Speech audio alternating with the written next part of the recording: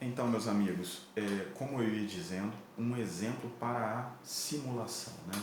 Um bom exemplo para esse vício do negócio jurídico seria o seguinte: imagine que tem um estrangeiro que está aqui no Brasil de forma irregular, de modo que ele poderia ser expulso do nosso país. Expulsão é uma figura do direito internacional que vocês vão estudar lá no terceiro período. Vamos estudar expulsão, deportação, extradição, por exemplo, entre outras coisas. Então imagine que esse estrangeiro está aqui no Brasil e, para evitar de ser expulso, porque ele está aqui de forma irregular, ele se casa com uma mulher. Só que essa mulher também está ciente da situação dele e concorda em simular o casamento para poder ajudá-lo, para evitar que a lei brasileira o expulse. Ou melhor, que ele seja expulso pelo Serviço de Imigração Brasileiro, com base na legislação que rege esse tipo de situação, que regula esse tipo de situação. Então, esse casamento, que é um acordo de vontades e, portanto, um negócio jurídico, seria realizado com o intuito de driblar a lei, de burlar a lei. Então, esse é um exemplo de um negócio jurídico realizado em simulação, né? Então, haveria aí um vício que anula o negócio jurídico. No nosso exemplo, esse casamento seria anulado. Existem ainda dois vícios do negócio jurídico que a gente tem que ver, né? A gente já viu erro ou ignorância, dolo, lesão, coação e simulação. São 5 vícios do negócio jurídico, só faltam 2. E nós vamos falar agora então no 6º vício, que é a fraude contra credores. Na fraude contra credores, alguém transfere a propriedade dos seus bens para não ter que pagar suas dívidas. Então, o indivíduo, ele possui dívidas e ele tem bens que poderão ser utilizados para pagar essas dívidas, só que ele não quer pagar. Então, o que ele faz? Ele se desfaz dos seus bens. Ele transfere a propriedade dos seus bens por meio de uma compra e venda simulada, ou até mesmo de uma doação simulada. Ele transfere a propriedade desses bens para outra pessoa para se colocar em situação de insolvência. Ou seja, o que é insolvência? Não ter bens para pagar suas dívidas. E assim deixar o credor com um prejuízo. Só que, na verdade, essa doação ou compra e venda que ele fez foram simulações. Na verdade, o bem continua pertencendo a ele. Ele apenas encontrou alguém que vai ajudá-lo, né, a praticar essa irregularidade, né, em prejuízo do credor. Então, se essa compra e venda, essa sua doação ficarem comprovadas que ele agiu com o objetivo de causar o prejuízo ao credor, o credor poderá mover a ação judicial visando anular aquela doação e aquela compra e venda que foram realizados, na verdade, com base em simulação. Assim, anulando a compra e venda, anulando a doação, aqueles bens que foram objeto desses negócios jurídicos simulados, eles voltarão para a propriedade do devedor e assim poderão ser utilizados para pagamento do crédito do credor. Então, isso é a fraude contra credores.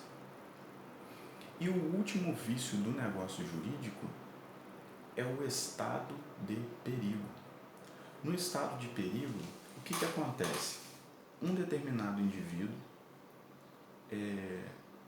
que está correndo perigo de vida, ou alguém da família dele está correndo perigo de vida, com o objetivo de salvar-se ou salvar essa pessoa da família, ele assume obrigações muito onerosas, desproporcionais às obrigações que a outra parte possui. Então, imagine que um determinado pai está com o seu filho no hospital e esse está doente ou porque sofreu um acidente. E o tratamento necessário é algo muito caro. O hospital se aproveita da situação do filho que está em perigo de vida, por exemplo, e cobra valores muito acima do que normalmente seria cobrado em qualquer outro hospital.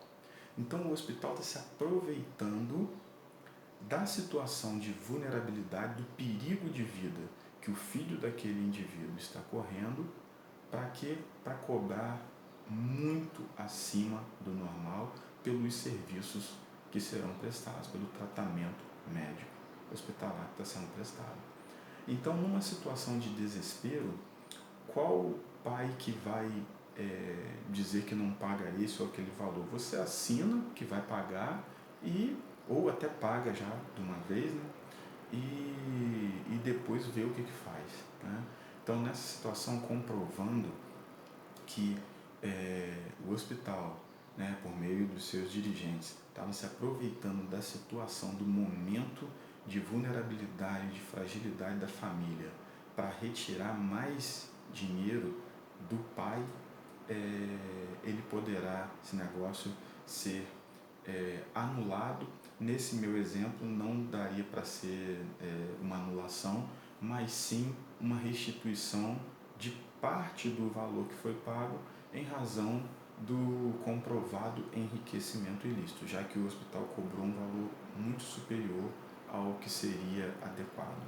Então, fica aí, meus caros, os vícios do negócio jurídico: erro ou ignorância, dolo, lesão, coação, simulação, fraude contra credores e estado de perigo.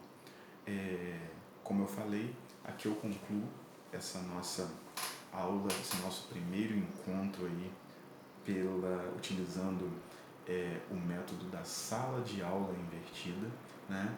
E na próxima sexta-feira nós trataremos da aprendizagem por meio de problemas.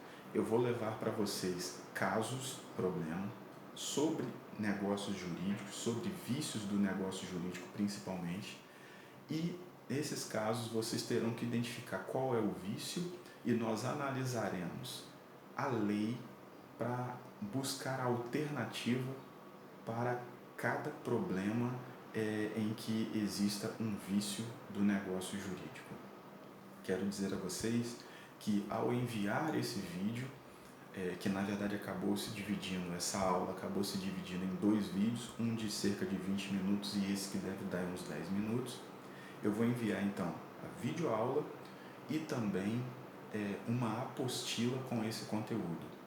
É imprescindível, é indispensável que vocês assistam o vídeo e leiam a apostila. E leiam inclusive aquilo que a gente conversou na aula passada, a matéria inicial sobre negócios jurídicos.